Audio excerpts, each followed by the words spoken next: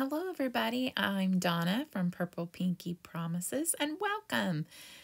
Today we're making a really fun project. Most of the products that are featured here are from Lawn Fawn, and I'm pointing out all of these little elements that I have colored, stamped with Memento ink, and I have colored them in with Altenew alcohol artist markers, and I've die cut them. And I have used, as I'm showing you here, I have used the Penguin Party stamps and dies and the Winter Village stamps and dies. So the next thing that I'm showing you here is this stitched wavy backdrop, and it is in landscape. And as you can see, it was created and intended for water scenes, but I know Lawn Fawn knows that a lot of people are going to take it to the next level, and that's what I am featuring here today, is how to take your products and stretch them and get more use out of them, which is what we're doing. We're going to make actually my first Christmas card of 2022. It is Christmas in July, folks, and we are making this fun little winter scene with these darling little penguins. And what I'm doing now is, first I have cut out that die using the, is it the Craft Perfect Glitter Cardstock? It's in Sugar Crystal. And that's going to be our main background. But then I have die cut it again, and I'm using the Bazzill 12x12 Rainbow Holographic Cardstock. And I'm just carving out the second and third waves there. And then I'm kind of trimming it out of that and kind of, I guess it's sort of like an inlay, but laying it over the spot that it came out of on the other piece and lining it up and matching it to this piece. And as you can see, I am only gluing it, and I guess I could have glued it down all the way, but I'm gluing it on the edges only. And I guess that's to give me a little more movement or whatever. And I want to just give a shout out to Barely Art Glue in this little part right here. Did you see what just happened? I got glue on that shiny cardstock, and there are some glues that would just smear and go crazy on that. But that Barely Art Glue, I buffed it right out with the microfiber cloth that I was using. So awesome glue. Wonderful glue. All right, so now here's what I'm doing. I'm basically laying out all of my elements here and trying to figure out exactly what I want to do. And as you can see, there's one little lone penguin and tree left. Got left out of the whole party. Poor little guy. Anyway, so I have made my decision on where everything is going to go. And I love how fun and interactive well, it's not necessarily interactive, but it just looks like all of the elements are interacting with one another. Especially down there at the bottom, those two penguins that are holding those lights, it looks like that little tiny penguin is playing jump rope with the lights. So cute. Anyway, so I did start to glue everything together, and then I realized, and here in a second, I think I did use that tree. I ended up using all the trees, and that poor little penguin was all by its lonesome up there. So I am just basically showing you how I move things around and kind of look at them in order to get my placement down on my card. There's a lot going on here, but as you can see, that that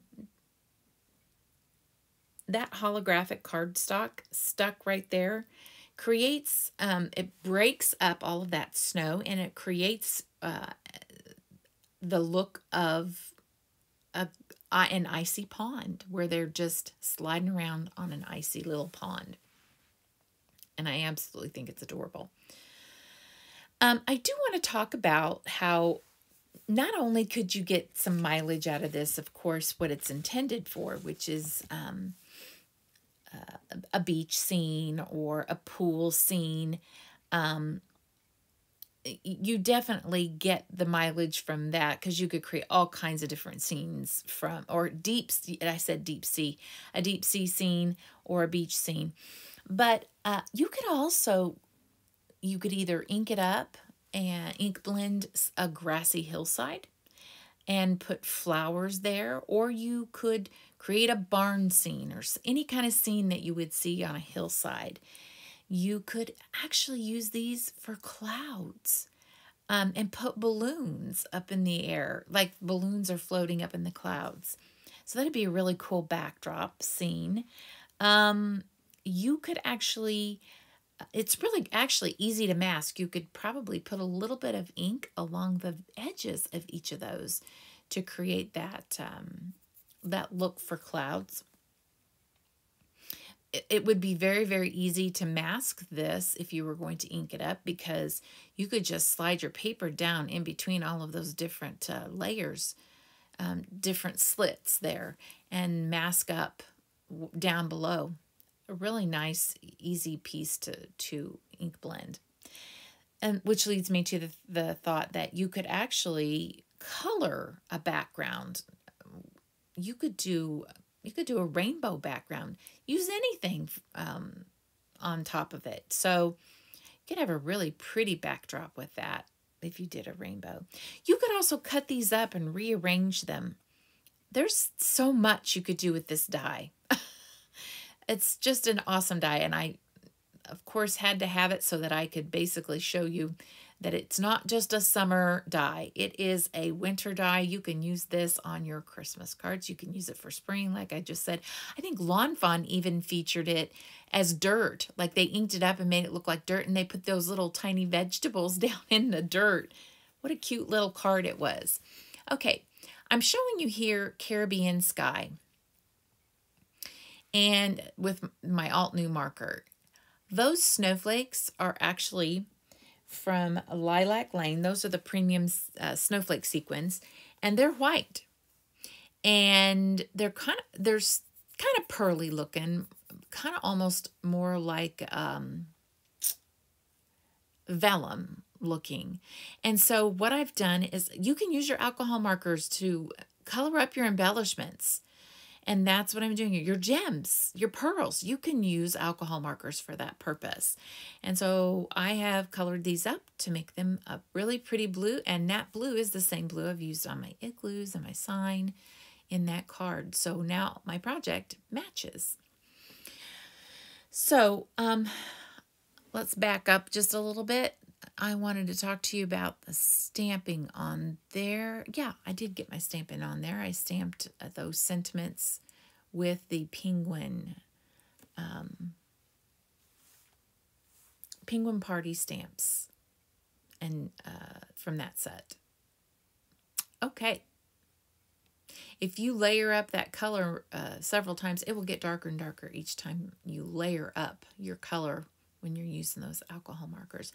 And speaking of alcohol markers, I will post a link to all the markers that I used for this. I used some very basic and simple coloring on these. There wasn't a whole lot of rocket science. I didn't want to take, a whole lot of time to show you the coloring that I used. This was more about how to use this die in a different way. So, like I said, if you're watching this on YouTube, the description is down below. And if you're watching this on Facebook, it is going to be up above. So I have popped this, this first piece for the smoke that's coming out of the igloo. This first piece is just glued straight down, but the second one's going to be popped up on some foam dimension. And that's just to add some interest to it. Let's see.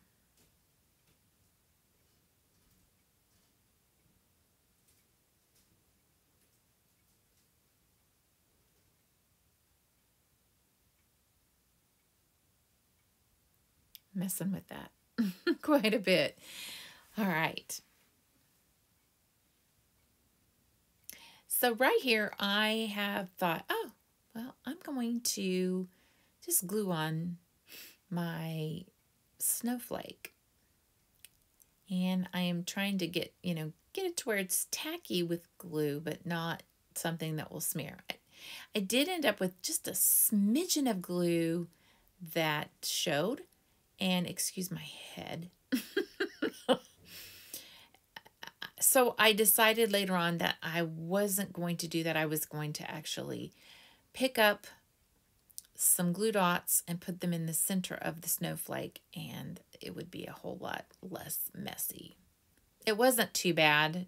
Honestly, it wasn't too bad. It's just I tend to be a little more picky about glue showing. And this string of lights is getting popped up with some foam dimension. And I do want to mention this this tape. It's a double-sided foam tape. It is from Scrapbook Adhesives. It is not as thick or as yeah, it's not as thick. It's a little thinner, and I do like it because if you're going to mail a card, it's kind of nice to not have a lot of dimension, but having it makes difference on your card. Just it creates some shadows that gives your card a nice little look. All right, moving right along. I don't think I showed you every element. Did I go through every single element in this video? Well, we may have some crickets chirping here in a minute.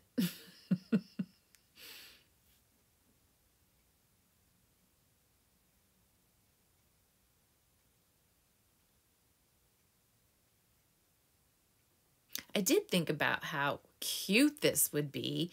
This actually, if you decided to build your scene up above that bottom wave, so in other words, all of your pieces are one level up from this, you create a scene where it's blank at the bottom. This would make a really cute shaker card. So you have this cute little background in the shaker, and all of your shaker elements would fall to that bottom area. It would just be so absolutely cute. And if you check out the store, these aren't the only penguins that are there. We have other penguin sets that can coordinate and just make an absolutely darling little scene. Okay.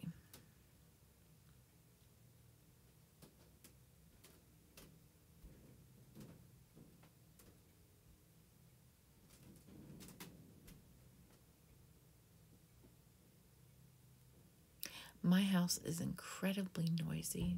I apologize for all that background craziness.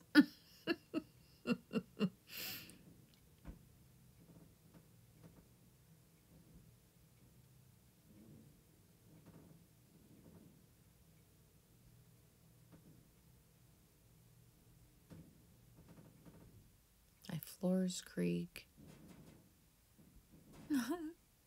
All right.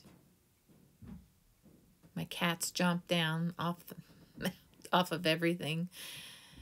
It's really noisy here. Yeah. Stuff falls on the floor. All right. So here I am deciding that that tree just needs to go up there. I'm giving it a look. I skipped that middle part mostly because I wanted, as you can see, a lot of the activity in this card is going on down at the bottom left. So I wanted to take that top level and put some activity going on in the top right. And so based off all of that, I was going to decide where my middle pieces were going to go and kind of just balance it out once I put all of my elements on at the top and at the bottom. So here I go. Now I'm going into the middle and determining where this is all going to go. Do I want it on dimension? Do I not want it on foam? And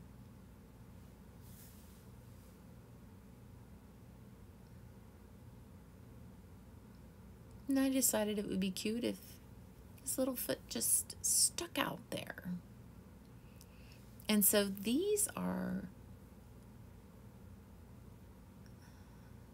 let's see here. This little fella's glued straight down. And I'm going to put those two penguins, so they're kind of centered, sort of. Not completely centered, not 100% perfectly centered, but they're more in the center. So as you can see, I kind of have a little bit of a zigzag going on with activity in this. So both of those large penguins in the center were put down with dimension. And here's where I just put on, I take my snowflake to my glue dot and I put it down. Looking at it, looking it over, thinking, it needs something. Imagine that. I'm thinking that it needs something. I wanted to, here, let me show you, tell you what I'm doing here. I wanted to actually put some dimension behind some of those layers, so where some of them would pop up and some of them would lay flat. But it didn't seem to work. And I want to note that if you wanted to do that, you would have to be you have to really think carefully about where you're placing things. And you don't want to attach it to that layer above it with glue, because it's going to stick to it. So if you want each of those little waves to kind of pop up, like one wave to pop up, the other one to go down, when you glue on your elements, you want to make sure that they're not touching the next layer. Okay. The next layer up, that is. But I think this turned out so cute. It still has some dimension in it, and it's cute. Okay, so this sparkle glaze. This was the first time, I think this was the first time I'd given it a whirl. And I really, really liked it. It reminded me, it was kind of a cross between, oh, good grief. Now it escapes me. What is that stuff called? Oh. Coming over here to look at it, because I can't remember what it's called.